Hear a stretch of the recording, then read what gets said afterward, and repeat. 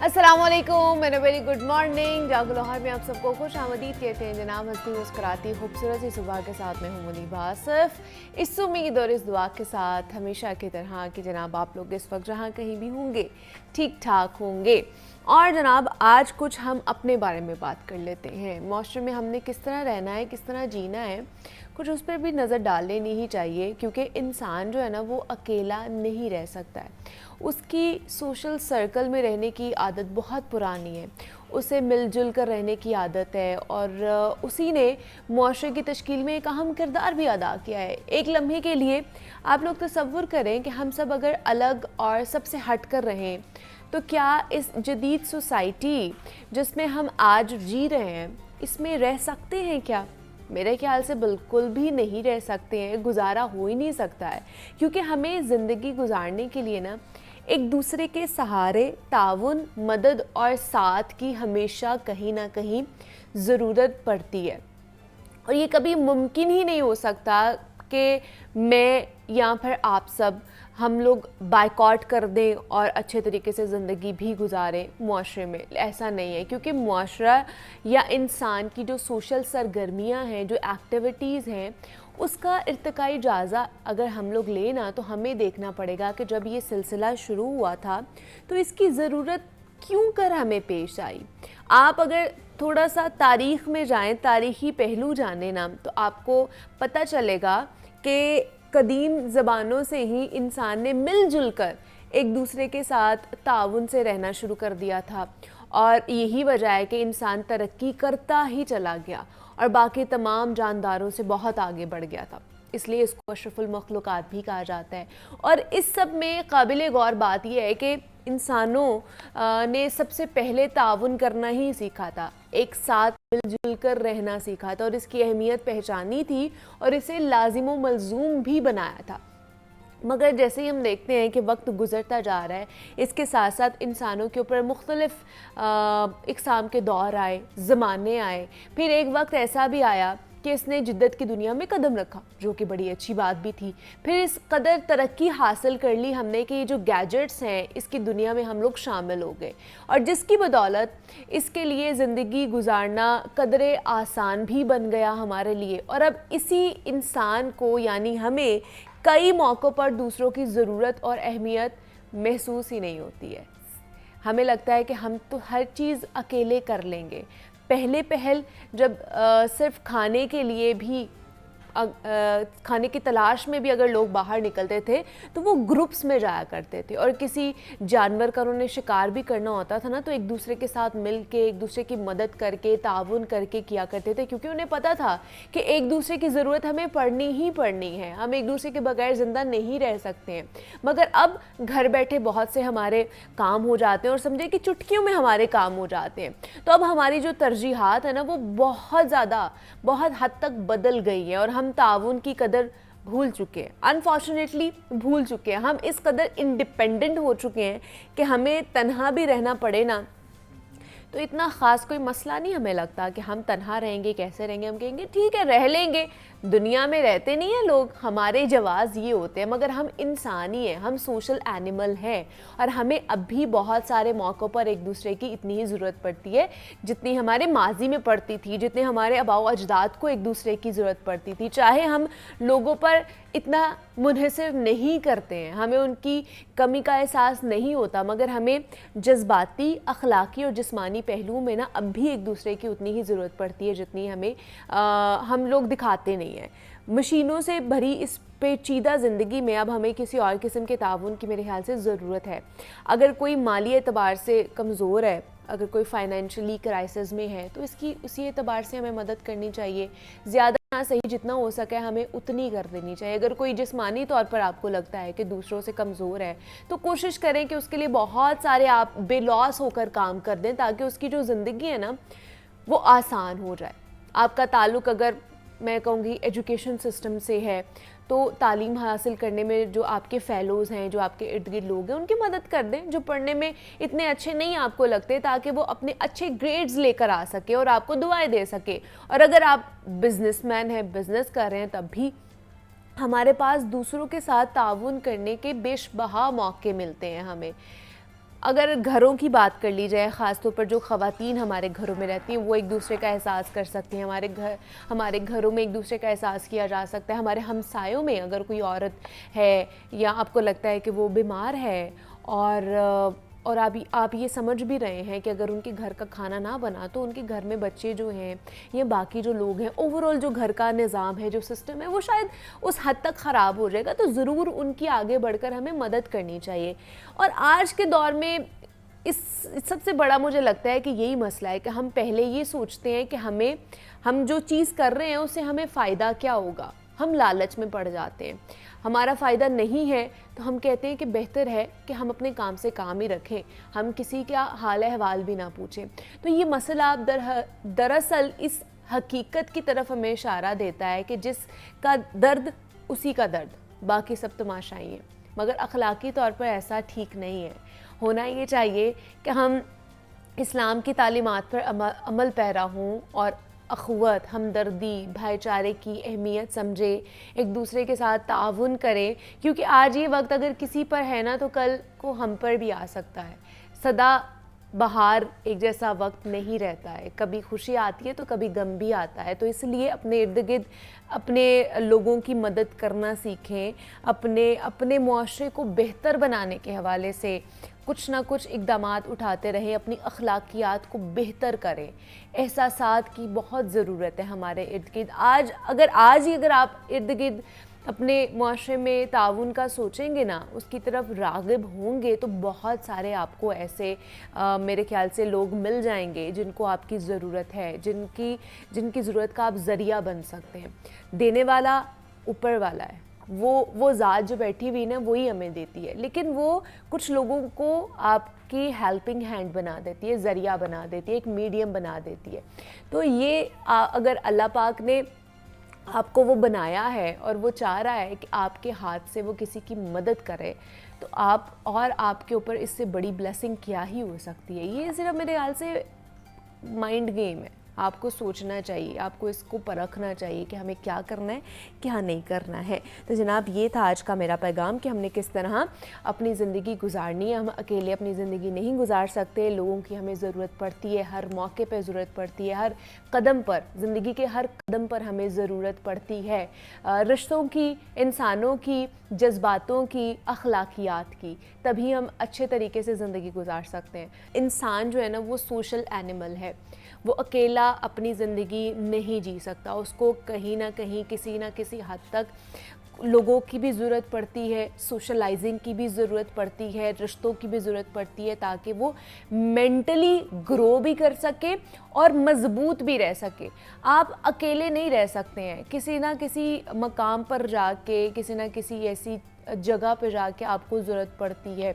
तो दो तरह के लोग हमें अपनी सोसाइटी में मिलते हैं। कुछ लोग कहते हैं जिन्हें हम सोशलाइज नहीं करेंगे, लोगों से नहीं मिलेंगे, अपने रिश्तों को मजबूत नहीं करेंगे तो इट्स ओके, हम अपनी ज़िंदगी गुजार सकते हैं। और उधर ही दूसरे तरफ हमें ऐसे भी लोग मिलते हैं जो बहुत ज़्यादा लोगों के साथ इंटरैक्ट करते हैं, बहुत ज़्यादा लोगों से मिलते हैं, रिश्ते बनाते हैं, अपने रिश्ते मजबूत भी करते हैं। तो सोशलाइज करना कितना अच्छा है हमारे लिए और कितना बुरा भी हो सकता है, मेंटली डिस्टर्ब भी कर सकता है और मेंटली आपको ग्रो भी कर सकता है। तो इसमें कौन कौन से फैक्टर्स आ सकते हैं, इस पर हमने बात करनी है कि क्या सबसे पहले तो मेरा सवाल ही होगा कि क्या इंसान अकेला रह सकता है या नहीं रह सकता। इस पर बात करने के लिए डॉक्टर सबा शबीर शेख हमारे साथ मौजूद हैं, कंसल्टेंट साइकोलॉजिस्ट हैं। डॉक्टर सबा, आपको वेलकम कहती हूँ जागो लाहौर में। कैसी हैं आप? मैं बिल्कुल ठीक, आप बताइए? मैं भी बिल्कुल ठीक ठाक। डॉक्टर सबा, सबसे पहले तो जो सवाल मैंने अपने व्यूअर से किया है कि क्या इंसान जिसको सोशल एनिमल कहा जाता है, क्या वो अकेला रह सकता है, ज़िंदगी गुजार सकता है? देखिए, अकेले रहना जो है it's really a difficult task. क्यों हम कहते हैं कि शादियाँ होनी चाहिए, क्यों हम कहते हैं कि बच्चे होने चाहिए, हम क्यों कहते हैं कि नहीं वीकेंड्स पे सबका गेट टुगेदर होना चाहिए, बिकॉज कि अगर हम अकेले अपनी लाइफ को गुजारेंगे तो वो सिर्फ यही होगी, हम सुबह उठे, हमने खाया पिया, हम जॉब पर चले गए, वापस आए, फिर खाया पिया, सो गए, फिर सेम मोनोटनी, तो ओबियसली हमें डिप्रेशन आएगा। आप देखिए, इस वक्त डिप्रेशन के बढ़ने के रीज़न्स यही तो है कि हम अपने आप को लोगों से अलग कर लेते हैं, बिकॉज वी फील कि हम लोगों में रहते हैं तो हम उस चीज़ को टैकल नहीं कर पाते, लोगों की नेगेटिव बातों को टैकल नहीं कर पाते, या जैसे हमारे आपस में ओपिनियन डिफरेंसेस होते हैं, एटीट्यूड डिफरेंसेस होते हैं, हम उसको नहीं मीट अप कर पाते, तो हम कहते हैं कि नहीं, लेट्स बी अलोन। लेकिन अगेन मैं वही कहूँगी कि हमारा सोशलाइज करना, सोशल होना, लोगों के दरमियान रहना ही हेल्थ है। आप बेशक उसमें ऊपर नीचे चीज़ें आती हैं, मैं ये कहूँगी कि इसमें आप एक टॉलरेंस अपना डेवलप करें, आप वेरिएशंस जो लोगों में है उसे एक्सेप्ट करें। मतलब ऐसे कैसे हो सकता है कि जैसे एग्जैक्ट आप है वैसे आपका पार्टनर हो, या जैसे आप हैं वैसा एग्जैक्ट आपका फ्रेंड हो, या जैसे आप हैं तो वैसे एग्जैक्ट आपके पेरेंट्स सोचें। We need to redevelop our thoughts कि हमारे डिफरेंसेस होंगे, लेकिन हम ज़्यादा फोकस करें हम इंजॉय कितना करते हैं। हाँ। जैसे मैं अक्सर लोग देखती हूँ, वो कहते हैं कि नहीं मैं सोशलाइज नहीं कर सकता, क्योंकि मैं सोशलाइज करता हूँ तो उनकी बातें लोगों की मुझे कहीं ना कहीं हिट करती हैं। कोई मेरे पेरेंट्स पे कुछ कर जाता है कमेंट, कोई मेरी जॉब पे, कोई मेरी हेल्थ पे, कोई किसी ना किसी चीज़ पे, तो आई डोंट लाइक दैट। तो मैं उन्हें हमेशा ये कहती हूँ कि आप फोकस करेंगे हम उन लोगों से मिल क्यों रहे हैं, व्हाट इज़ द पर्पस। तो फिर वो रियलाइज़ करते हैं yes we want to be happy, we want to talk. तो टॉक तो लोगों के साथ ही होगी ना, हम अकेले में तो खुद से सेल्फ टॉक इज़ नथिंग। तो हमें जब भी हम लोगों से मिलते हैं एक बात ज़हन में रखनी चाहिए, what is the purpose to meet, हम किस पर्पस से मिल रहे हैं। तो मेरा ख्याल है कि बाकी जो चीज़ें हैं वो हम उसको लेकिन अब अगर हम मिलना भी चाहते हैं ना डॉक्टर साहब, बहुत से ऐसे लोग होते हैं अगर वो मिलते भी हैं, सोशलाइजिंग करते भी हैं लोगों के साथ, तो वो जिस कंपनी में बैठ रहे होते हैं वहाँ पे एक तो माहौल बहुत ज़्यादा टॉक्सिक होता है, फिर वहाँ से जो वो अडेप्ट कर रहे होते हैं बहुत सी चीज़ें वो उन्हें टॉक्सिसिटी की तरफ लेकर जा रही होती हैं, कहीं ना कहीं वो नेगेटिविटी की तरफ, ओवर थिंकिंग की तरफ भी चले जाते हैं, और फिर वो अपने आप को उससे अलग भी नहीं कर पाते हैं। फिर वो सोचते भी रहते हैं पता नहीं ऐसा कोई फ्लॉ मेरे अंदर है, या जो ये सारा कुछ मेरे साथ ही हो रहा है। तो वो कहीं ना कहीं उनको जो उनकी मेंटल ग्रोथ है या मेंटली इलनेस की तरफ भी लेकर जाती है। देखिए जो सोशल सर्कल लिमिटेड होगा ना वो प्रॉब्लम करेगा। मतलब आप मल्टीपल रखें ना कि एक फ्रेंड्स का सर्कल हो, एक रिलेटिव्स का हो, एक फैमिली का हो, एक जैसे वर्क प्लेस का हो। अगर आप मोनोटनी रखेंगे कि खाली रिश्तेदारों से वीकेंड पे मिल रहे हैं तो obviously you will be sick, so much sick. और अगर आप खाली अपने दोस्तों से या कोई एक दो फ्रेंड है, देखिए हर किसी की लाइफ में मल्टीपल मेंटल इलनेसेस होती हैं, हर कोई अपने डिफरेंट स्ट्रेसर्स के साथ डील कर रहा होता है। और अगर हम ये कहेंगे मैं जिससे मिल रहा हूँ मैं नेगेटिव हूँ वो हमेशा पॉजिटिव मिले, इट्स नॉट पॉसिबल। हर बंदा अपनी लाइफ में किसी ना किसी चीज़ के साथ डील कर रहा है, तो वो कुछ ना कुछ नेगेटिव आपके साथ भी कर सकता है, आप उसके साथ सुन भी सकते हैं कि उसके साथ हो रहा है। So try to make different social circle. मतलब खाली एक मोनोटनी ना हो कि भाई एक दोस्त है तो उससे डेली मिले, वो भी आपको नेगेटिविटी सुनाए, आप भी सुनाए, और एट द एंड आप दोनों एक दूसरे से भाग जाए। ये नहीं होना चाहिए। जैसे आप देखें कि कुछ लोग जैसे शादी करके मियाँ बीवी रह रहे होते और वो इतना इंजॉय कर रहे होते हैं, थोड़ा वक्त के बाद वो कहते हैं यार हम बोर हो गए एक दूसरे, बिकॉज वो बीवी अपने फ्रेंड्स छोड़ देती है, हस्बैंड अपने छोड़ देता है, वहाँ से फिर बोरियत आने लगती है। सो ऑलवेज से कि आप लोग अपने जो सोशल सर्कल है उसे कंटिन्यू करें, बल्कि आपस में भी एक दूसरे को इंट्रोड्यूस करें, उससे you people will grow, marriage भी अच्छी चलेगी। लेकिन हम लोग ये करते हैं कि अगर किसी एक से हमें बहुत अच्छी वाइब्स आती हैं, एक्साइटमेंट आती है, तो हम कहते हैं बाकी सबको छोड़ो बस इसी के साथ रहना शुरू कर दो। तो वहाँ से मुझे लगता है कि हमारी सोशल सर्कल की डेफिनेशन भी चेंज हो जाती है। देन वी स्टार्ट फीलिंग है नहीं यार सोशलाइज करना अच्छा नहीं है, जबकि आप सोशलाइज तो ठीक कर ही नहीं रहे, you are just going to be monotonous. जब आप किसी एक से मिल रहे हैं तो लगातार मिलते जा रहे हैं, तो प्रॉब्लम्स तो फिर आपको आएंगे। तो मैं इसमें ये कहती हूँ कि अगर आपका सोशल सर्कल देखिए लाजमी बनाए, अकेले रहना जो है वो ओबियसली आपको डिप्रेस करेगा, सुसाइडल करेगा, आपकी इस तरह की एक्टिविटीज़ होंगी that you will not like one day.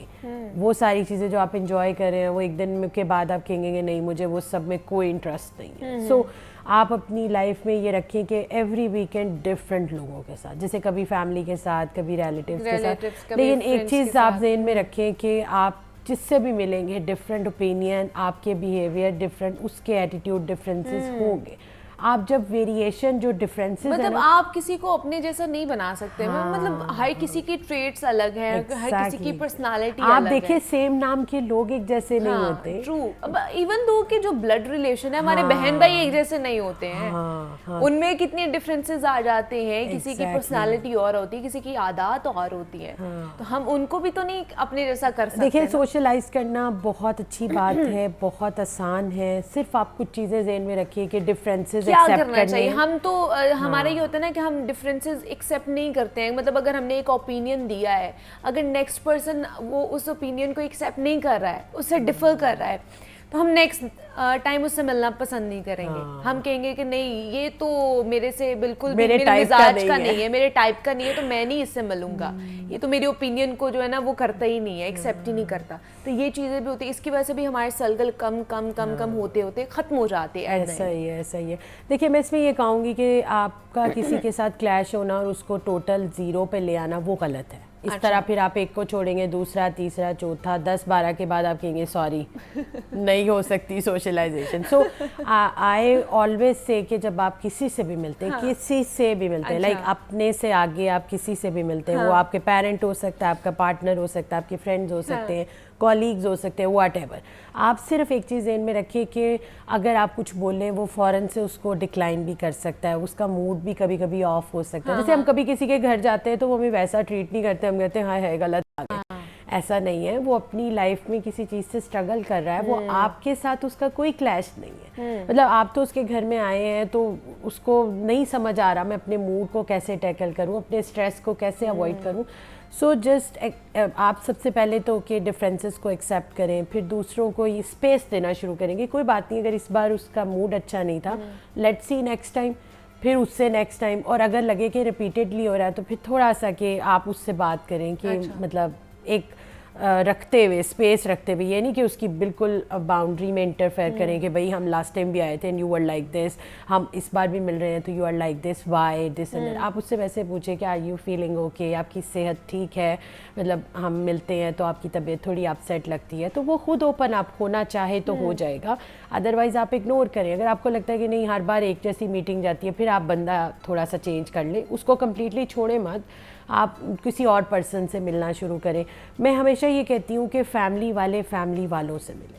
मतलब जैसे अब आप मैरिड हैं तो आप यंगस्टर से मिलके आपकी भी लाइफ इफेक्ट होगी, क्योंकि उनकी और आपकी लाइफ डिफरेंट है। ना वो आपकी लाइफ को समझेंगे ना आप उनकी लाइफ को समझेंगे। वहाँ से फिर अक्सर हमारे घरों में लगता है, जैसे मैं मिलकर आऊँ, मेरे हस्बैंड कहते हैं आप आज बेहतर नहीं लग रही। अच्छा। तो बात यह है कि जब हम अपने बिल्कुल ही डिफरेंट किसी सर्कल से मिलेंगे तो फिर हम ओबियसली हम कंपेयर कर जाते हैं कि ओ उनकी लाइफ तो बहुत आइडियल है, ये है वो है। तो बात यह कि आप अगर फैमिली वाले हैं तो फैमिली वालों से मिलें, आप बच्चों वाले हैं तो बच्चों वालों से मिलें। Try to make social circle according to circumstances. Okay, ठीक है ना। तो फिर सोशलाइजेशन ओबियसली आपको हैप्पी करेगी, यू विल फील गुड। आप हमेशा चाहेंगे कि नहीं I want to be around people. और आप देखें मैं और आप बात करें तो हम खुश हो रहे हैं। यही बातें हम अकेले में बैठ के करें तो हम कहेंगे अच्छा व्हाट इज दिस नॉनसेंस, कितना देर कर लेंगे।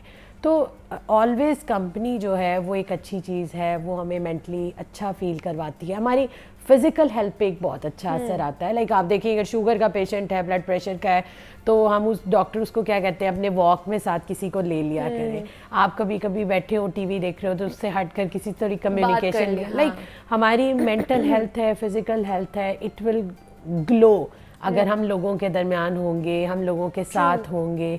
तो बेहतर यह है कि हम सोशलाइज करते रहें। नहीं, लेकिन ये कॉन्सेप्ट आया कहाँ से है कि हमने अकेले जीना है?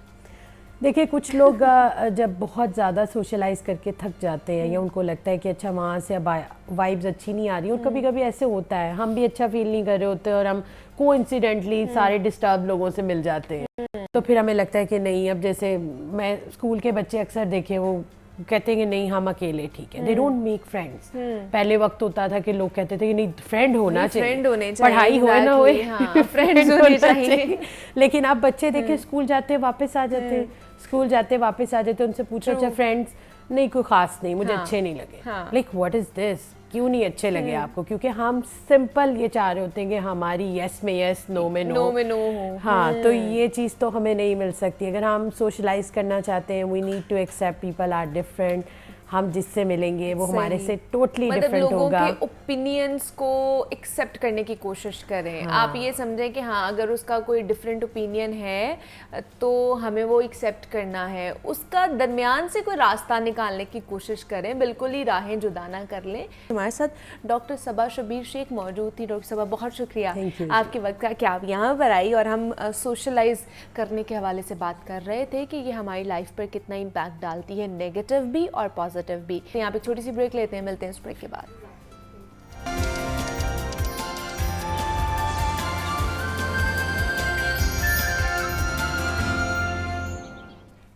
वेलकम बैक टू जागो लाहौर। जनाब, सर्दियां हैं तो सर्दियों में हमें किस तरह की डाइट लेनी चाहिए और किस तरह की डाइट नहीं लेनी चाहिए ताकि हमारा जो वज़न है वो भी ना बढ़े। तो इस पर बात करने के लिए हमारे साथ डॉक्टर मारूख मौजूद हैं, कंसल्टेंट न्यूट्रिशनिस्ट एंड डाइटिशियन हैं। डॉक्टर मारूख, आपको वेलकम कहती हूँ जागो लाहौर में। कैसी हैं आप? मैं आप कैसी हैं? मैं भी बिल्कुल ठीक ठाक। डॉक्टर मारूख, हमने ये तो बता दिया है कि इन्होंने एक्सरसाइज करनी है। अब एक्सरसाइज से पहले जो इन्होंने खाना पीना है, जो कैलोरीज बनेंगी उनको बर्न करना है, उन कैलोरीज में क्या क्या खाना है? बिकॉज विंटर है तो सर्दियों में हमारा यही होता है कि हम ज़्यादा से ज़्यादा गर्म जो ग़िज़ाएँ होते हैं, डाइट होती हैं, वो हम लोग उसका इस्तेमाल करें। तो क्या खाना चाहिए हम विंटर्स में? किस तरह डाइवर्सिटी लेकर आ सकते हैं अपनी डाइट के अंदर हम लोग? बेसिकली क्या होता है कि जिस तरह क्लाइमेट चेंज हो रहा होता है, हमारे हेल्थ पे इफेक्ट हो रहा होता है। उससे क्या होता है कि इम्यूनिटी वीक होती है। नॉर्मली अगर जनरल बेसिस पे बात करें तो क्या होता है कि इससे हमें कोल्ड, कफ, फ्लू ये बहुत जल्दी इफेक्ट होता है, बहुत जल्दी। तो इस वजह से हम लोगों को ना इम्यूनिटी बूस्ट करने की बहुत ज़रूरत है। हम लोगों को सिट्रस फ्रूट और विटामिन सी रिच जो है वो फूड्स ये लेने की ज़रूरत है। अगर हम सबसे पहले जाएँ तो वेजिटेबल्स में काउंट होते हैं, जिसमें हम लोग रूट वेजिटेबल्स जो होते हैं इसमें रेडिश होती है, कैरेट्स होती हैं। इनमें ये एंटीऑक्सीडेंट होते हैं, हाई एंटीऑक्सीडेंट होते हैं। इनमें फाइबर बहुत ज़्यादा होता है, इनमें विटामिन ए भी ज़्यादा होता है, कैरेट्स में बहुत ज़्यादा होता है, बीटा कैरोटीनॉइड होते हैं, तो वो कन्वर्ट हो जाते हैं विटामिन ए में। इसके अलावा इसमें फ्रूट्स में जाएँ तो ऑरेंजेस ले सकते हैं हम लोग। ऑरेंजेस जो हैं वो हाई इन विटामिन सी होते हैं, वो आपकी इम्यूनिटी बूस्ट कर सकते हैं।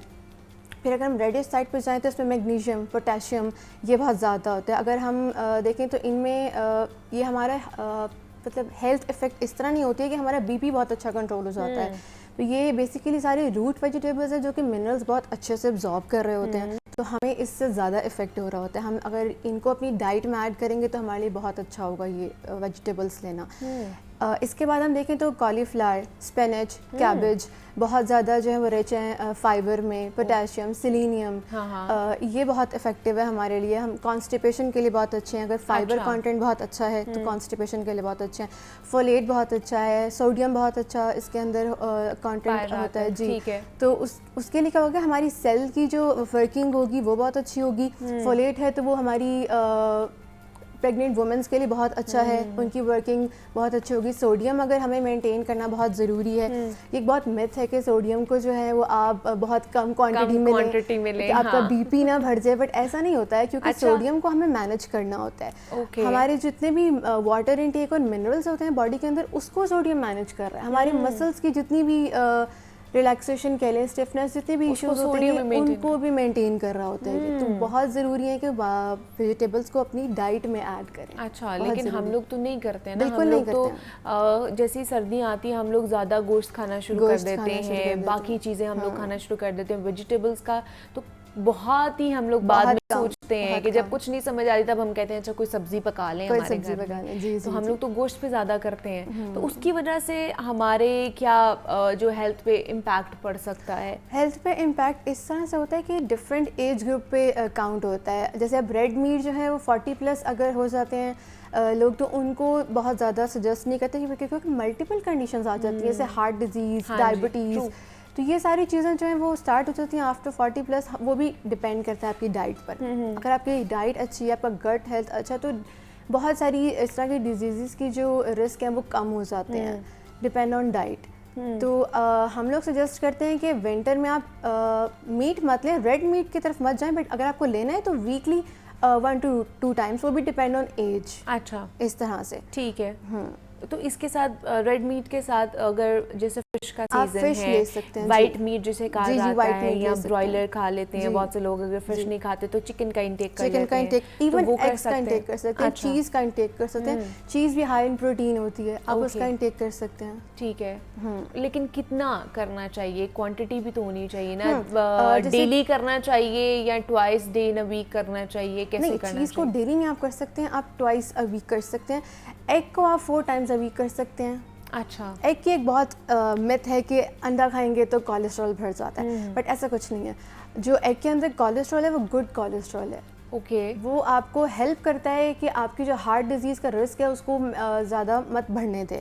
तो एग लेना चाहिए। और एग के अंदर हमारा हम तो वो योग निकाल के वाइट खाते हैं हम उसकी। बेसिकली जो यॉक होता है ना, और उसके अंदर ज़्यादा विटामिन्स एंड मिनरल्स हैं, वो लेना ज़्यादा अच्छा आपके लिए। हमें तो लगता है अच्छा कोलेस्ट्रॉल बढ़ जाएगा तो इसको तो निकाल ही दो, ये तो बिल्कुल भी नहीं खाना है। तो वो होल एग ही हमें खाना चाहिए, एग लेना चाहिए। बट इट डिपेंड्स कि आपका प्रोटीन इनटेक कितना है। जैसे मसल गेन कर रहे होते हैं, बहुत से ऐसे क्लाइंट्स होते हैं मेरे पास मसल गेन कर रहे हैं, तो हम उनको उनकी रिक्वायरमेंट के अकॉर्डिंग सजेस्ट करते हैं कि आपको अगर होल एग लेना है तो एक होगा या मैक्सिमम 2, इससे ज़्यादा नहीं हो सकते हैं, अदरवाइज आप वाइट एग के साइड पे जाएंगे। तो इट डिपेंड्स कि आपके प्रोटीन इनटेक कितना है, इस तरह से काउंट होता है। जी ठीक है। बच्चों के लिए कितना अच्छा है ये एग रोज़ाना अगर उनको हम लोग दे रहे हैं? बच्चों के लिए बहुत अच्छा है। बच्चों को जो अब नॉर्मली आप देखें हमारे पाकिस्तान में बच्चे जो हैं, मेरे ख्याल से 60% बच्चे ऐसा जो वेजिटेबल्स नहीं लेते हैं, तो उनमें प्रोटीन और मिनरल्स नहीं जा रहे हैं, बहुत कम। डेफिशिएंसी बहुत ज़्यादा स्टार्ट जो होती है बहुत जल्दी एज में, आप देखें मसल स्टिफनेस स्टार्ट हो रही है, मसल पेन बहुत स्टार्ट हो रही है,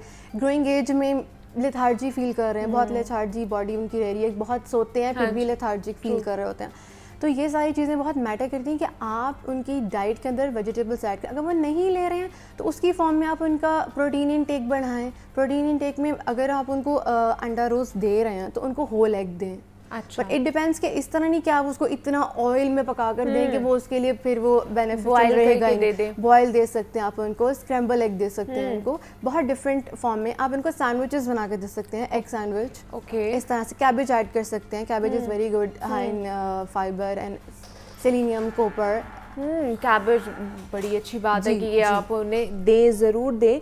अच्छा, वेजिटेबल्स में ग्रीन लीफी वेजिटेबल्स खानी चाहिए या बाकी वेजिटेबल्स खानी चाहिए? किस तरह की जिसका इनटेक हमें ख़ासतौर पर अगर हम विंटर्स की बात करें, विंटर्स को देखें तो उसमें हमें बढ़ा देना चाहिए। वैसे तो ये सारी ही सब्जियां मेरे ख्याल से पूरा साल ही हमें मिल रही होती है, गर्मियों में भी वही होती है, सर्दियों में वही होती है। सर्दियों में सिर्फ वो साग और ये सारी चीज़ें बढ़ जाती हैं, ये खाते हैं हम। तो कौन से ज़्यादा जो कैटेगरी है वो उसका इंटेक हमें करना चाहिए ज़्यादा? बेसिकली रूट वेजिटेबल्स का एक different scenario and green leafy vegetables का एक डिफरेंट सिनेरियो। इस तरह से कि ग्रीन लीफी वेजिटेबल्स आपको मोस्टली विंटर्स में बहुत ज़्यादा मिलते हैं, जैसे स्पिनच हो गई, जैसे साग है, पालक और ये सारी चीज़ें। तो ये बहुत अच्छी हैं, folate, magnesium, potassium, selenium, iron, इन प्रोटीन। साग अब देखिए हाई इन प्रोटीन है, बट इट डिपेंड्स कि जैसा कोलेस्ट्रॉल और यूरिक एसिड के पेशेंट्स हैं उनके लिए थोड़ी लिमिट हो जाएगी कि वो इतनी ज़्यादा क्वांटिटी में नहीं ले सकते। बट अगर लेना है हफ्ते में एक बार ले लें, एक मकई की रोटी बहुत दिल करता है साथ खाने में उसके साथ लें, बट ऑयल नहीं होना चाहिए। वो कहते हैं ना तली हुई रोटी वैसा वाला नहीं, आप 1 टेबल स्पून यूज़ कर लें अगर आपको बहुत ज़्यादा क्वांटिटी में नहीं यूज़ करना है, तो इट इज़ वेरी बेनिफिशियल। लेकिन जैसे साग हमारा बनता है उसके अंदर या तो मक्खन डलता है या फिर देसी घी का तड़का लगता है और उसके बाद फिर वो पूरे एहतमाम के साथ खाया जाता है, बिकॉज वो कहते हैं ना कि सर्दियों की सौगात है कि सर्दियाँ आनी है तो साग हमारे घरों में बनना है। तो क्या वो उसका जो कुकिंग मेथड है हमारा वो ठीक है, वो उस तरह ही हमें करना चाहिए? कितना ज़्यादा जो हम मक्खन डालते हैं और देसी घी का इस्तेमाल करते हैं वो हमें करना चाहिए? नहीं, देसी घी का इस्तेमाल अच्छा है, लेकिन वो भी एक लिमिट तक। ऐसा नहीं है कि वो बहुत ज़्यादा ऐड कर लें फिर उसका बेनिफिशियल हमारे लिए है नहीं, हमारी बॉडी के लिए। वो इन रिटर्न आपको जो है वो फिर डैमेजिंग साइड और इस साइड पे लेके जा रहा है कि आपके लिए फ़ायदा तो है ही नहीं है। कुकिंग मेथड बहुत डिपेंड करता है। हम लोग अगर उसके अंदर कम क्वांटिटी में घी यूज़ करेंगे तो बहुत अच्छा। घी हमारे लिए बहुत अच्छा है, हमारी इम्यूनिटी बूस्ट करता है, इंस्टेंट एनर्जी प्रोवाइड करेगा आपको। उसमें आप इस तरह से जा सकते हैं कि अगर नॉर्मली मतलब विदाउट एनी मेडिकल डिजीज़ तो आप उसका इंटेक साग का, घी और इन चीज़ों का करें, बट एक नॉर्मल वे में हफ्ते में 2 से 3 बार करें, ज़्यादा नहीं। रोज़ ना करें, डेली ना करें इसका इस्तेमाल, ठीक है जी। लेकिन वैसे भी अगर आप मेडिकल कंडीशन साइड पे जैसे हार्ट डिजीज़, डायबिटीज़ और बहुत सी ऐसी और इश्यूज है, गर्ट इशू बहुत हमारे पाकिस्तान में है। हर तीसरे जो है ना वो मर्द को या औरत को ये प्रॉब्लम है ही है, ये प्रॉब्लम है। तो इस सेंस में देखें तो फिर उनको अवॉइड करना है कि हम लोग ऑयली जो हैं वो जितनी भी आइटम्स हैं इनको अवॉइड करें। उसके लिए हम जा सकते हैं विंटर में नट्स एंड सीड्स की तरफ। तो नट्स में अगर हम जाएं, पीनट है, वॉलनट्स है, कैश्यूज़ हैं, आलमंड्स हैं, इनके साइड पर जा सकते हैं। और पीनट्स में जो है वो बहुत ज़्यादा आयरन है। और पीनट्स की मैं आपको एक मिथ बताती हूँ। बहुत से लोग कहते हैं पीनट्स ज़्यादा खाने से कोलेस्ट्रॉल बढ़ता है, ऐसा नहीं होता है। पीनट्स के अंदर एक पीनट्स के ऑयल के अंदर ना एक केमिकल कंपाउंड होता है जिसकी वजह से जो है वो आपका बैड कोलेस्ट्रॉल इंडिविजुअली जो है ना वो ठीक करता है। अगर आपका बैड कोलेस्ट्रॉल ज़्यादा है, हार्ट रेट के चांसेस ज़्यादा होंगे, हार्ट डिजीज़ के चांसेस। हमारी बॉडी में 80% कोलेस्ट्रॉल बॉडी खुद बनाती है, 20% हमारी डाइट उसको हेल्प कर रही होती है। अगर हम अपनी डाइट से गुड कोलेस्ट्रॉल को इन्हांस कर रहे होंगे बॉडी के अंदर तो ऑटोमेटिकली हमारा जो बैड कोलेस्ट्रॉल है ना वो कम हो जाएगा, उस एलिवेटेड नहीं होगी उसकी वैल्यूज़। तो हम लोगों को ये डिपेंड करता है कि हम लोग डाइट में क्या ले रहे हैं। तो मतलब नट्स का इस्तेमाल भी बहुत अच्छा है बट एक लिमिट में। ऐसा नहीं है बहुत ज़्यादा खा लें और सोडियम का जो है वो लेवल एलिवेट हो जाए और बीपी हो गया जी नट्स की वजह से। अब हम पीनट्स नहीं खाएंगे बट आप सारा कुछ ले सकते हैं but in a balance way, moderate way में चलेंगे तो कोई इशू नहीं है। कोई इशू नहीं होगा। लेकिन क्या ये सारी चीज़ें खा के हम अपना वेट लूज जर्नी भी स्टार्ट कर सकते हैं या नहीं कर सकते हैं? कर सकते हैं। It depends on calorie deficit, आपकी रिक्वायरमेंट, बॉडी की रिक्वायरमेंट कितनी है। कैलोरी डेफिसिट में हम जाएंगे कि आपकी बॉडी की रिक्वायरमेंट में 3 मैक्रोन्यूट्रिएंट्स होते हैं, कार्ब्स, प्रोटीन एंड फैट्स। उनकी वैल्यूज आपकी बॉडी को कितनी चाहिए उसके अकॉर्डिंग हम इनको डिसाइड करते हैं कि आपको किस मैक्रोन्यूट्रिएंट्स की कितनी ग्राम्स ज़रूरत है, कार्ब्स, प्रोटीन, फैट्स कब ज़रूरत है। अगर हम एक साथ ले रहे हैं और फिर हम बोल रहे हैं हमारा वेट लॉस नहीं होता, हम फाके करते हैं पर वेट लॉस नहीं होता, ऐसा नहीं होता। स्टार्वेशन पे जाएंगे तो वेट कभी भी रिड्यूस नहीं होगा। वेट रिड्यूस करने के लिए प्रॉपर वे में मैक्रोन्यूट्रिएंट्स और माइक्रोन्यूट्रिएंट्स को बैलेंस करके चलना होगा, प्लस फिजिकल एक्टिविटी ऐड करनी होगी। तो इस तरह से वेट लॉस हो सकता है। तो वेट लॉस में क्या खाना चाहिए और क्या बिल्कुल नहीं? मतलब हम रिस्ट्रिक्ट कर देते हैं ना अपने आप को कि अगर हमने वेट लॉस करना है या हमने डाइटिंग करनी है तो हम चावल छोड़ देंगे, हम रोटी छोड़ देंगे, हम मीठा छोड़ देंगे, हम जो हैवी आइटम्स, जो ऑयली आइटम्स हम वो छोड़ देंगे, हम ज़्यादा से ज़्यादा हम सैलड्स पर आ जाएंगे, ज़्यादा से ज़्यादा हम बाकी चीज़ों पे आ जाएंगे, बिल्कुल रिस्ट्रिक्ट कर लेते हैं अपने आप को। क्या ये भी करना ठीक है या पोर्शन कंट्रोल करके हम सब कुछ खा सकते हैं? इट डिपेंड्स कि अगर आपके क्लाइंट का गोल है ना कि मुझे बहुत जल्दी रिड्यूस करना है तो हम फिर थोड़ी सी रिस्ट्रिक्शन जो है ना वो ज़्यादा कर देते हैं चीज़ों की। लेकिन अगर जनरल फॉर्म में जाएं तो जैसे चावल हैं, लोग कहते हैं ना कि हम थोड़े से चावल खाएं में बहुत ज़्यादा लग जाते हैं। तो इस तरह से नहीं, आप पोर्शन कंट्रोल में खा सकते हैं। 7 to 8 टेबल स्पून जो है ना आप वो चावल लें, 7 to 8 टेबल स्पून ठीक है तो वो आपके एक सर्विंग में काउंट होंगे, तो आप वो ले सकते हैं। बट मैं ये आपको बताऊंगी कि अगर आपको चावल लेने हैं तो अगर वाइट चावल आप ले रहे हैं तो आप हफ्ते में 2 से 3 बार अगर लेना चाह रहे हैं तो इट्स गुड, बट एक बार लें तो ज़्यादा अच्छी बात है, ज़्यादा बेहतर है। मतलब और उसको लंच में कन्वर्ट कर दिया जाए तो ज़्यादा ना कि डिनर में खाया जाए, बिकॉज़ डिनर में खाने के बाद हम लोग फिर जो बाकी फिर आराम करना पसंद करते हैं, हम एक्टिविटी, फिजिकल एक्टिविटी करना नहीं पसंद करते हैं ना, तो इसकी वजह से फिर वो जो हमारा जो वज़न है वो बढ़ता जाता है और फिर हम कहते हैं कि हम तो डाइटिंग कर रहे हैं, हमारा तो वज़न ही नहीं कम हो रहा है। तो जनाब हमारी जो सिस्टम है ना वही ख़राब है, हमें पता नहीं होता हमने कब खाना है कब नहीं खाना। तो ये बड़ा डिपेंड करता है कि आप टाइमिंग का भी ख्याल रखें। हमारे साथ डॉक्टर मारूख न्यूट्रिशनिस्ट मौजूद थी। डॉक्टर मारूख, बहुत शुक्रिया आपके वक्त का कि आप यहाँ पर आई और डाइट के हवाले से हम बात कर रहे थे। यहाँ पे छोटी सी ब्रेक लेते हैं, मिलते हैं इस ब्रेक के बाद।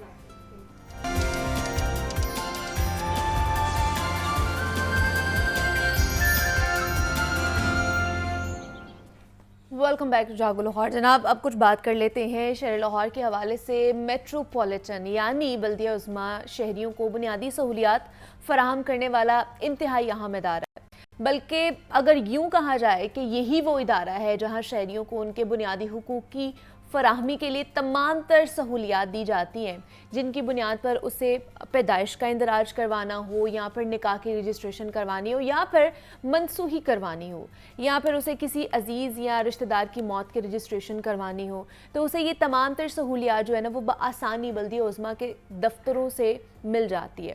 बल्दिया उज़्मा वो इदारा है जो शहरियों को सहूलियात की फराहमी के साथ साथ लाहौर शहर की जो प्लानिंग है और डेवलपमेंट में भी एक अहम हैसियत रखता है। शहर के हुस्न को धुंधला देने वाले तजावुज़ात का ख़ात्मा इसका मकसद हो या फिर सड़कों पर पड़ने वाले खड्डों को ठीक करना हो, इन मसाइल समेत शहर के दीगर अहम मसाइल पर इब्तदाई रिपोर्ट देना मकसूद हो या फिर आखिरी फॉलोअप के जरिए आवाम को आगाही देना, ये सब मेट्रोपॉलिटन कॉरपोरेशन की जिम्मेदारी में ही आता है। बल्दिया उज़्मा के तहत मुतल्लिक कोई ख़ास इंफॉर्मेशन मेरे ख्याल से हम लोग नहीं रखते हैं। एक आम आदमी से आप पूछेंगे तो वो कहेगा कि मुझे नहीं पता। इसी की वजह सिर्फ इतनी है कि ये वो इदारा है जिसे अगर तो पूरा इख्तियार मिले और वो वक्त पर फंड्स मिले तो ये इदारा आपको लाहौर में कभी कोई मसला और लाहौरियों को कभी भी तकलीफ़ ना आने दे। लेकिन चूँकि हमारे यहाँ बरसों पुराना निज़ाम राइज है कि फ़ाइल दफ्तर में टेबल पर पड़ी रहती है या फिर साइन होने के लिए किसी मिनिस्टर के रहमो करम की मुंतज़र होती है, तो फिर इदारों के हालात पर शिकवा या जवाब शिकवा नहीं बनता। हम आज इसी के हवाले से इस इम्पॉर्टेंट इदारे के मुतालिक जानने की कोशिश करेंगे कि जनाब मेट्रोपॉलिटन कॉरपोरेशन कैसे काम करती है, अब तक क्या क्या काम कर चुकी है और जो बहुत सारे कामों में डिले आता जा रहा था, क्या अब वो डिले वैसा ही रहेगा या उसके ऊपर जो बैकलॉग बनता जा रहा था उसके ऊपर काम किया जा रहा है, उनको हल करने की कोशिश की जा रही है और ख़ास तौर पर लाहौरियों को रिलीफ फराहम किया जा रहा है या नहीं किया जा रहा है। इस पर बात करने के लिए हमें आज ज्वाइन किया है इकबाल फरीद साहब हैं, चीफ ऑपरेटिंग ऑफिसर हैं। अब जनाब उन्हें 40 दिन हो गए हैं लाहौर में अपनी जो ड्यूटीज़ है वो सर अंजाम देते हुए। उससे पहले वो LDA में काम कर चुके हैं, फूड अथॉरिटी में काम कर चुके हैं, मुल्तान में भी अपनी खिदमात दे चुके हैं। तो अब वो लाहौर में आए हैं, उन्हें अपॉइंट किया गया है ख़ास तौर पर CM की तरफ से लाहौर के लिए। तो उनसे बात करेंगे इस इदारे के बारे में। और इमरान अकबर ने भी हमें ज्वाइन किया है, नुमाइंदा लाहौर न्यूज़ है। इमरान, आपको भी वेलकम कहती हूँ और इकबाल साहब आपको भी वेलकम कहती हूँ जागो लाहौर में। इकबाल साहब, सबसे पहले आप ही से बात करना चाहूँगी, ये वो इदारा है बल्दिया उज़्मा जो बहुत ज़्यादा निगलेक्टेड रहा है। पिछली हुकूमतों में अगर देख लिया जाए तो इसको बाइख्तियार नहीं बनने दिया गया या उतने जो इख्तियारात थे इसके वो इनको नहीं दिए गए हैं, नहीं हासिल थे इन्हें। तो बहुत सारी चीज़ें डिले टैक्टिक्स में आती गई, हमारी सड़कों पे खड्डे पड़ते गए जिनको कोई देखने वाला नहीं था, जो इंदराज कराने जाते थे लोग उनकी कोई पुरसाने हाल नहीं था, कोई पूछने वाला नहीं था, दादरसी करने वाला नहीं था।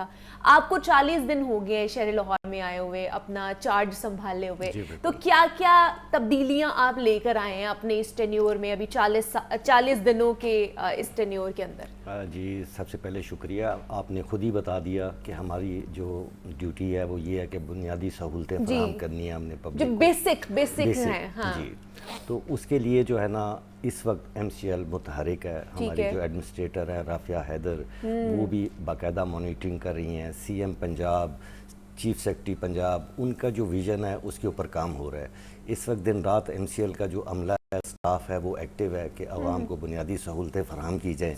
उस सिलसिले में सबसे पहले जो हमने तरजीह दी वो इंक्रोचमेंट को, कि किसी तरीके से इंक्रोचमेंट को रिमूव किया जाए।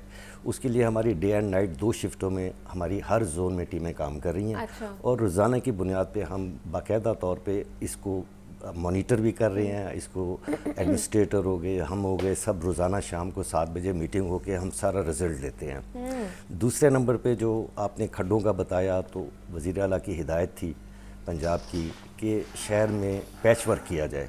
उसके लिए भी हमारी टीम जो इंफ्रास्ट्रक्चर की है वो इंतहाई जो है ना वो अच्छे तरीके से इसको रोज़ाना की बुनियाद पे मुख्तलिफ रोड्स को सिलेक्ट किया जाता है। रात को मीटिंग होती है, उसमें हम ये देखते हैं कि आज सुबह हमने कौन सी रोड पे काम करना है। तो उसमें हम जो पैच वर्क है वो भी हमारा हो रहा है, उससे भी लोगों को बड़ी सहूलतें मिल रही हैं। स्मोक के लिए भी वो बहुत ज़रूरी है, कैंपेन भी आप लोगों की चल रही है। हाँ, उसके लिए भी ज़रूरी है। तीसरा जो हमारा अहम जो था वो स्ट्रीट लाइट।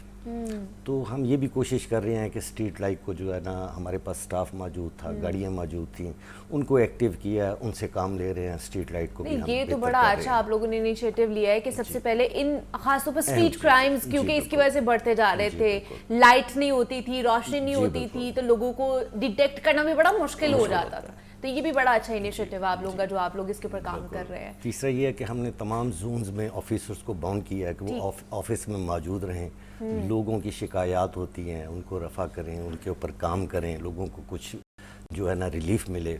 तो देखा यही जा रहा है कि पब्लिक को रिलीफ देने के लिए इस वक्त MCL एक्टिव है अपनी एडमिनिस्ट्रेटर के उसमें गाइडेंस में।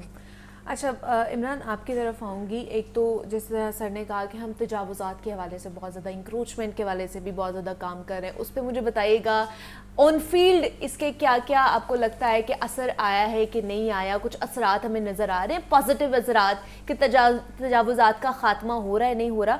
दूसरा, हम देखते हैं कि अगर लाहौर की बात की जाए तो 274 यूनियन काउंसिल्स हैं जो कि बहाल नहीं है, ठीक है, जिनके बारे में हम लोग बहुत बात पहले भी कर चुके हैं। तो ये तो मुझे लगता है कि जो गैर फाल होने की वजह से बहुत से लोगों को नहीं बल्कि सबको ही बहुत ज़्यादा मुश्किलात का सामना करना पड़ता है। तो उस हवाले से भी आपको लगता है कुछ इनिशिएटिव्स लिए जाएंगे और बेहतरी आएगी? हमेशा की तरह कहाँ तक सुनेंगे, कहाँ तक सुनाएंगे?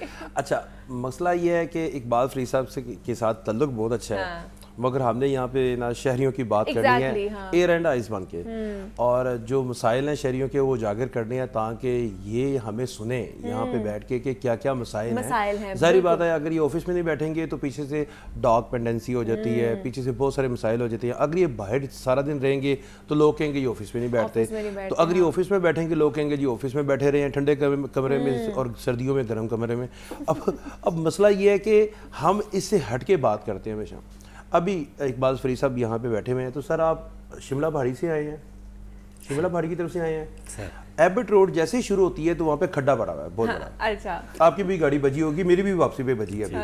अच्छा, वहाँ पे मैं ये देख रहा हूँ कि तकरीबन 2.5-3 माह से खड्डा पड़ा हुआ है। अच्छा, वो वासा वाले आए, वहाँ पे उन्होंने कोई सीवरेज का पाइप डाला तो वहाँ पे खड्डा बढ़ गया। वो नजर नहीं आया मेरे हाथ से किसी को शायद। अब मेरी भी गाड़ी बचती है और सब कितने लोगों की वहाँ पे होती होगी। और ये रोजाना- सिर्फ एक सड़क का हाल नहीं, ये बहुत सारी बहुत सारी। बेतहाशा अच्छा, सड़कों का अच्छा, हाल मैं है। आ रहा हूँ उधर ही।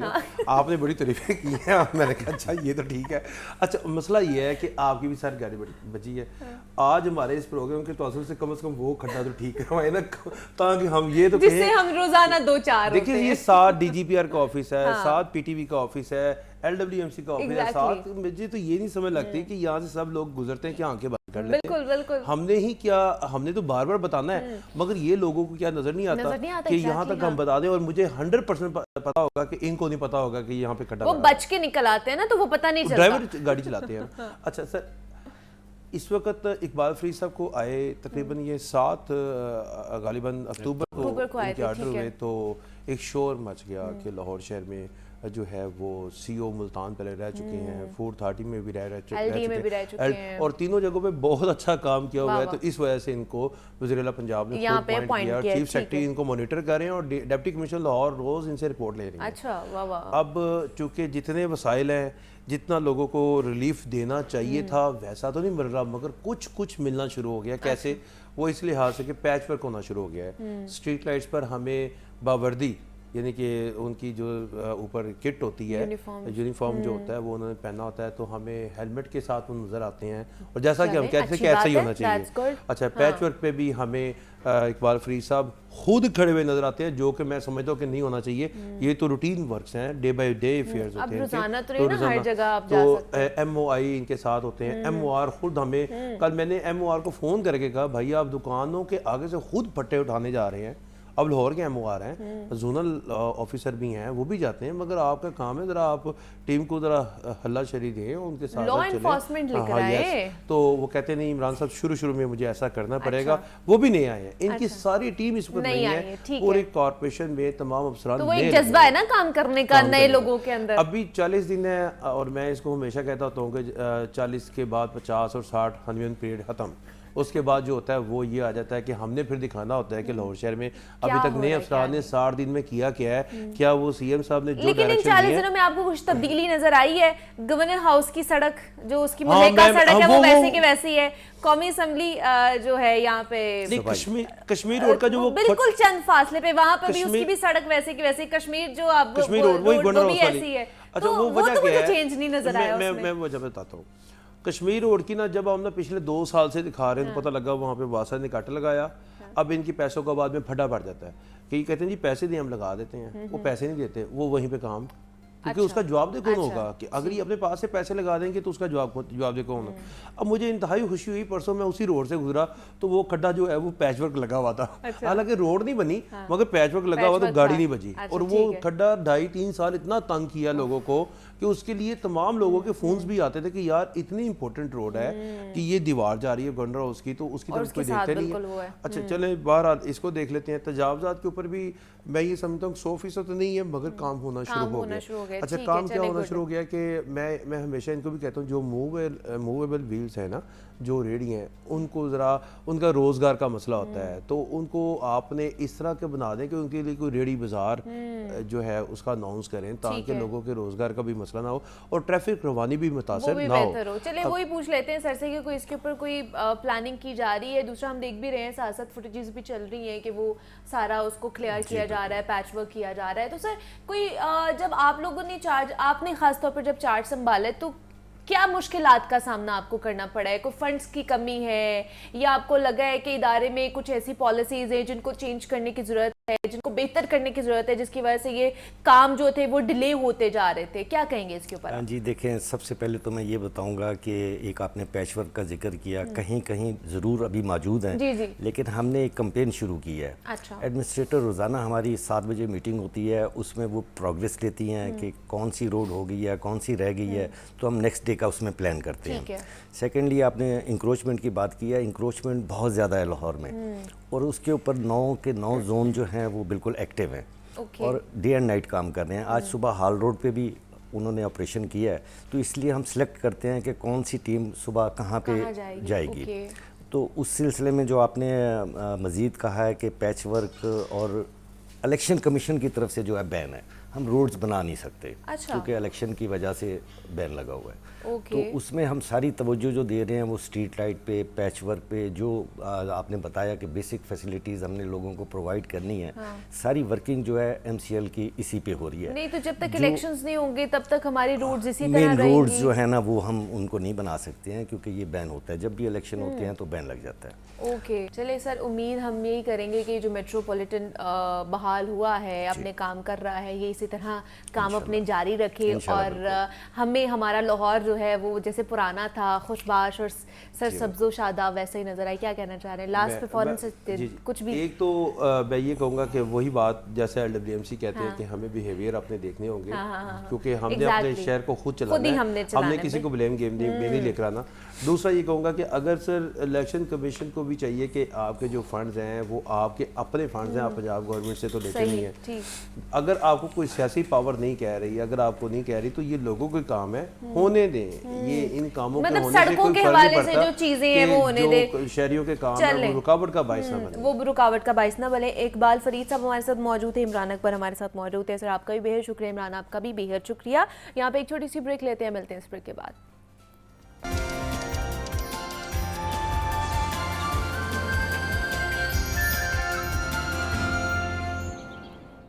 वेलकम बैक टू जागो लाहौर। जनाब इस वक्त हमारे जो स्टूडियो में ना कुछ नन्हे मुन्ने से भी मेहमान हैं, वो भी आपको जो कैमरा मैन है ना वो कैमरा इधर करके दिखाएंगे भी कि इतने खूबसूरत से लव बर्ड्स हमारे घरों में भी मौजूद होते हैं। तो लव बर्ड्स आज हमने आपको दिखाने हैं और परिंदों की आज हमने बातें करनी है कि परिंदे कैसे उनको पाला जा सकता है। यूजुअली हम देखते हैं कि इस तरह की जो एक्टिविटीज़ होती है या शौक होता है ना वो मर्दों को होता है ज़्यादा। मर्द हजरात घर पे लेकर आते हैं परिंदे या पेट्स लेकर आते हैं और उनकी देखभाल करते हैं।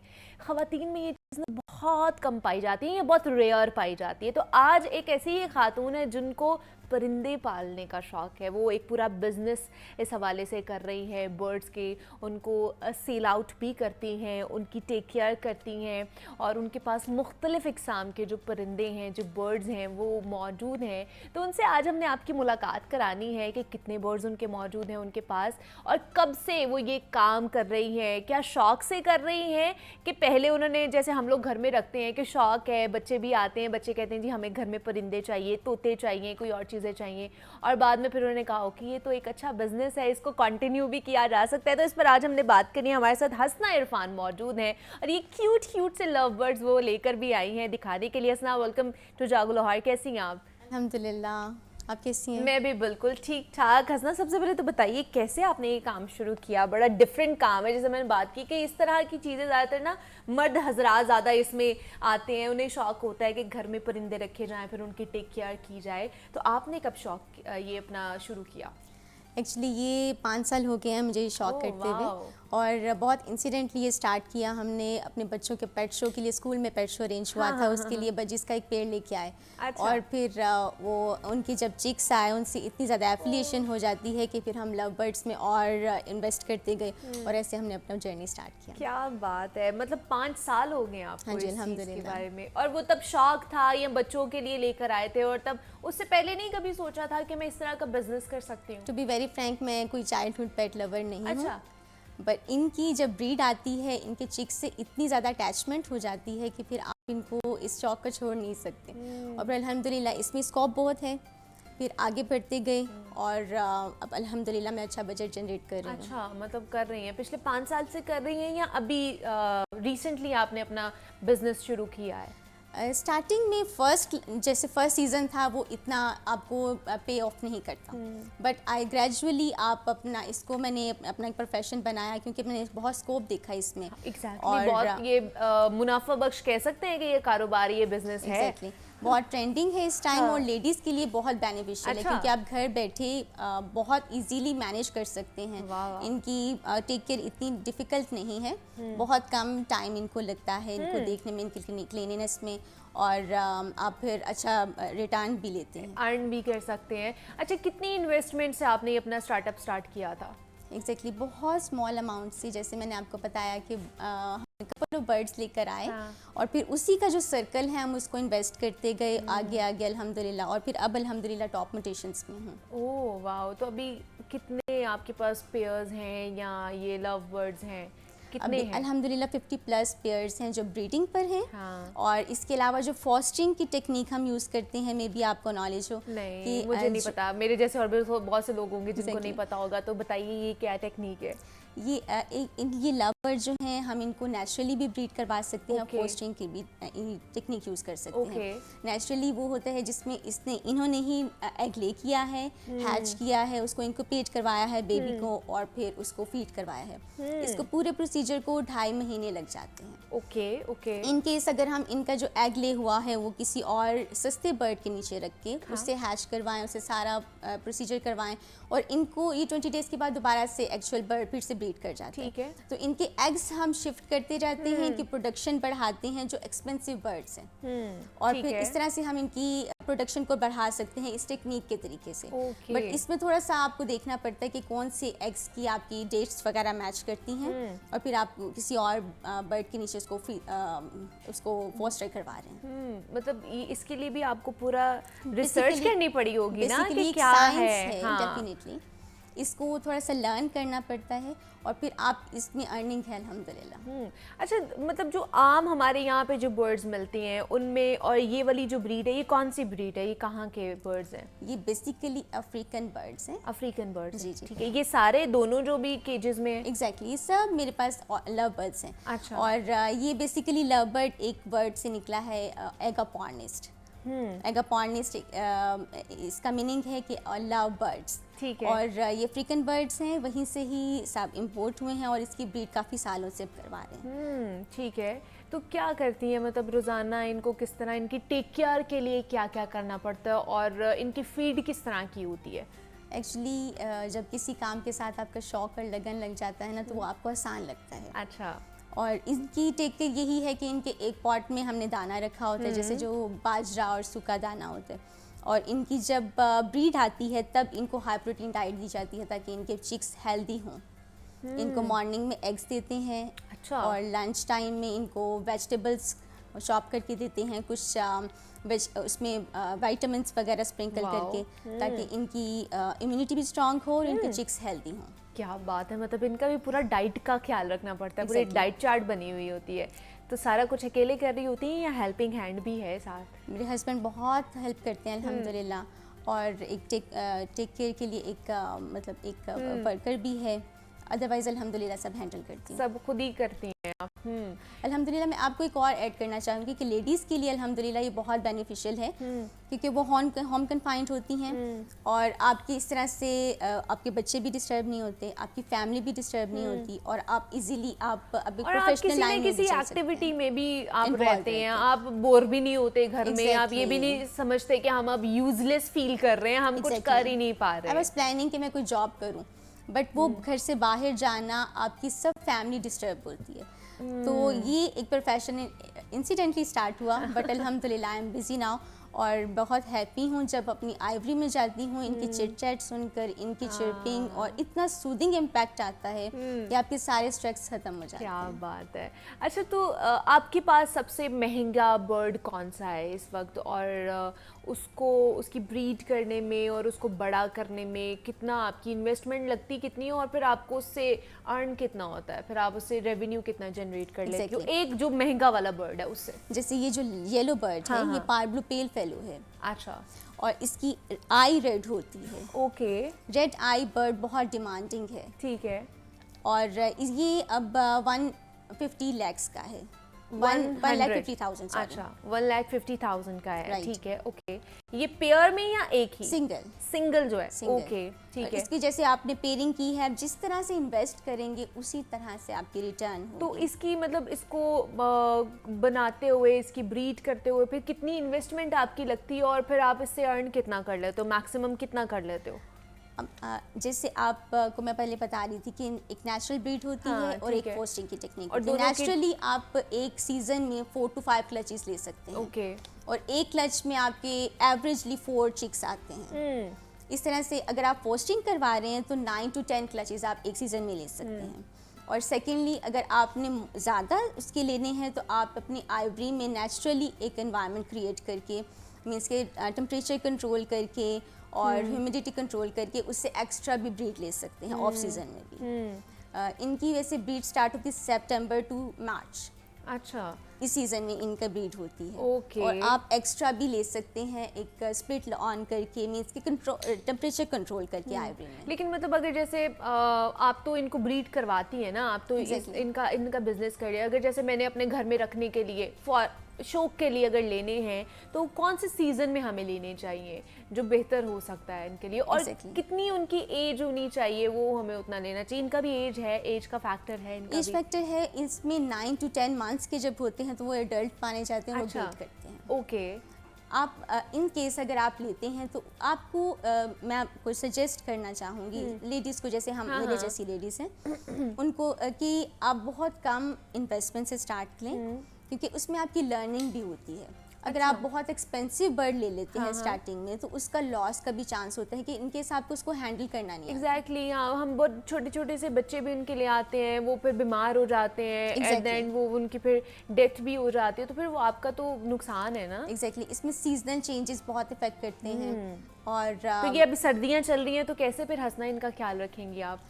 कोई डिफरेंट चीज़ें करनी पड़ती हैं फिर आपको? स्टार्टिंग में मेरा बहुत एक छोटा सा शेड था, मींस के घर की बैकयार्ड में हमने अरेंज किया था, तब थोड़ा सा डिफिकल्ट था क्योंकि ओपन एयर था। हाँ, हाँ। उसमें थोड़ा सा आपको कंट्रोल करना पड़ता है सब कुछ, बट अब अल्हम्दुलिल्लाह प्रॉपर शेड है जिसमें सब कंट्रोल्ड है तो वो इतना डिफिकल्ट नहीं फील करता। अच्छा, मतलब लेकिन फिर भी सर्दियाँ जब ज़्यादा पड़ती हैं तो फिर उनको ढांपना भी पड़ता होगा, तब बड़ा हम ख्याल थोड़ा रखना सा पड़ता, इलेक्ट्रिक हीटर हीटर ऑन का कर इस्तेमाल लेते करते हैं। वो भी हम गैस नहीं यूज़ करते क्योंकि वो सफोकेशन हो सकती है ना। हाँ, तो इस मतलब वजह ये से। भी एक बड़ी ही टेक्निकल चीज़ें हैं जिनका ख्याल Exactly. रखना पड़ता है अगर आपने कोई भी बिजनेस स्टार्ट करना है, और अगर आपने बर्ड्स का बिजनेस स्टार्ट करना है जो बहुत इजी भी है, कम इन्वेस्टमेंट के साथ भी आप कर सकते हैं और ख़वातीन कर सकती हैं, ये बड़ी अच्छी Exactly. बात अब ये है। लेडीज़ के लिए बहुत ट्रेंडिंग है ठीक क्योंकि है। अब वुमेन एम्पावरमेंट का हाँ। बहुत ज़्यादा काम हो रहा है और इसके रिलेटेड बहुत इवेंट्स है। अरेंज किए जाते हैं ताकि आपकी लर्निंग भी हो और आप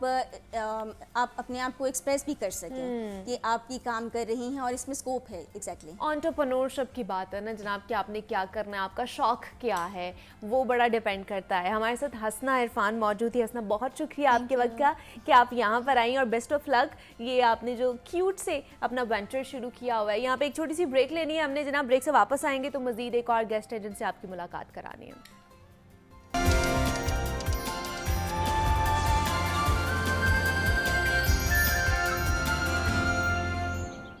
वेलकम बैक टू जागो लाहौर। जनाब, क्योंकि सर्दियाँ शुरू हो चुकी हैं और जैसे ही सर्दियाँ आती हैं तो जनाब हमारी जो दर्दें हैं ख़ास तौर पर बुज़ुर्गों में, जोड़ों की दर्द, कमर की दर्द या पट्ठों की दर्द बहुत ज़्यादा होना शुरू हो जाती है। और इवन दो कि इतनी होती है कि उनसे चला फिरना भी नहीं जाता है या वो इतने ज़्यादा लेथार्जिक फील करते हैं। तो आज हम इस पर बात करेंगे कि किस तरह की एक्सरसाइज कर सकते हैं, किस तरह की थेरेपी हम लोग करा सकते हैं और ये दर्दें होती क्यों हैं। अगर कोई ज़ख़म हो जाए या बहुत सारे पुराने कुछ सालों पहले भी अगर हमारे कोई ज़ख़म हुआ होता है या कोई मसला होता है तो उसकी दर्द भी हमेशा सर्दियों में ही निकलती है। तो इसकी वजह जानने की कोशिश करेंगे और क्या क्या रेमेडीज़ होती हैं इस हवाले से वो भी जानेंगे। डॉक्टर हाफिज़ सैयद एजाज़ अहमद बर्क साहब हमारे साथ मौजूद हैं, न्यूरो रिहेबिलिटेशन एक्सपर्ट हैं और सीनियर फिजियोथेरेपिस्ट हैं। डॉक्टर साहब, आपको वेलकम कहते हैं जागो लाहौर में। कैसे हैं आप? अल्हम्दुलिल्लाह। डॉक्टर साहब, ख़ासतौर पर सर्दियों में बुज़ुर्गों के हवाले से ना बड़ी टेंशन होती है कि उन्हें पट्ठों की या जोड़ों की दर्द होना शुरू हो जाती है, तो क्या एहतियाती तदाबीर करनी चाहिए उन्हें? एक्चुअली जब टेम्परेचर चेंज होता है हाँ जी। सर्दियों के अंदर तो हमारी बॉडी जो है वो एक्स्ट्रा एनर्जी जो है वो हीट की फॉर्म में डेसिपेट कर रही होती है हमारी एनवायरनमेंट को। अच्छा। और जो हमारी बॉडी के अंदर वो कंपोनेंट जो कि हीट के लिए रिस्पॉन्सिबल है वो हमारा मस्कुलर सिस्टम है, हमारे मसल्स हैं। जब ओबियसली हीट की शक्ल में एनर्जी लूज़ कर रहे होते हैं तो वो एनर्जी को कंजर्व करने के लिए वो ज़रा ज़्यादा शॉर्टेंड फॉर्म में होंगे, टाइटेंड फॉर्म में रहते हैं। और अगर आप सफिशेंटली उनको प्रोटेक्शन में नहीं रखे हुए या आप उनको एक्सेसिवली यूज़ कर रहे हैं तो ऑब्वियसली जॉइंट्स पे स्ट्रेस आने का चांस होता है। और जो पुरानी पेन्स होती हैं, जो चोट लगी होती है कभी 10 साल 12 साल 15 साल पहले, वो हील अप तो हो जाती है लेकिन उसके हीलिंग टिश्यूज़ की टेंसाइल स्ट्रेंथ उतनी अच्छी नहीं होती। अच्छा। जितनी हमारे ओरिजिनल टिश्यूज़ की होती है। तो इसलिए फिर वो दर्द वापस आ जाती है हर सर्दी में। कहीं ना कहीं बैकग्राउंड में ना हमारा वीकनेस उस टिश्यू के अंदर मौजूद रहती है, चाहे वो मस्कुलर इंजरी हुई हो या कोई जॉइंट की कोई इंजरी हुई हो। तो जब उसकी हीलिंग हो चुकी है वहाँ पे फाइब्रोसिस तो हो चुका है लेकिन उसकी टेंसाइल स्ट्रेंथ उतनी अच्छी नहीं होती। हमेशा कोशिश ये करनी चाहिए कि बुज़ुर्गों को इस टाइम पीरियड में जिस वक्त टेम्परेचर की ट्रांजिशन हो रही होती है अपने बॉडी को वार्म रखने की कोशिश कैसे करें? मतलब उनको तो इतनी दर्द होती है कि वो चलने फिरने से भी कासिर हो जाते हैं, तो कैसे एक्सरसाइज कर सकते हैं? बिल्कुल, पहला स्टेप तो बचा कैसे जाए। बचने के लिए तो ये है कि आपकी ड्रेसिंग इतनी सफिशिएंट होनी चाहिए कि आपकी बॉडी वार्म रहे और जो टेम्परेचर है ना उसका डायरेक्ट इम्पैक्ट ना आए। ठीक है। सेकंड जो चीज़ है वो अगर आप उस बीमारी में इंगेज हो चुके हैं, जॉइंट पेन्स में जा चुके हुए हैं, तो फिर कोशिश करें कि अपने मसल्स को स्ट्रेंथ अप करने की कोशिश करें। अच्छा। स्ट्रेंथ अप करने के लिए आम तौर पे कॉमनली सजेस्ट किया जाता है कि जी वॉक करें, एक्सरसाइज करें, चले फिरें। हाँ जी। और जॉइंट पेन्स में बुजुर्गों के साथ यही प्रॉब्लम होता है कि उनका चलना फिरना थोड़ा सा मुश्किल होता है। हो जाता है। हाँ। मैं एक छोटी सी एग्जांपल यहाँ पे कोट करता हूँ कि अगर आप गाड़ी की रनिंग पूरी करना चाह रहे हो ना बगैर चलाए, तो उसको जैक्स पे उठा के ना गाड़ी को ऑन करके, यानी व्हील्स चल रहे हैं, गाड़ी की रनिंग चल रही है। आपने अगर साइकिलिंग करनी है, आप किसी हाइटेड प्लेस पे बैठे और आप अपनी साइकिलिंग शुरू कर दें, मूवमेंट्स इनिशिएट कर दें। जब आपके पाँव ज़मीन पे लगेंगे, बॉडी का वेट उस पर ट्रांसमिट होगा, तभी जॉइंट पे स्ट्रेस आएगा ना। एग्जैक्टली।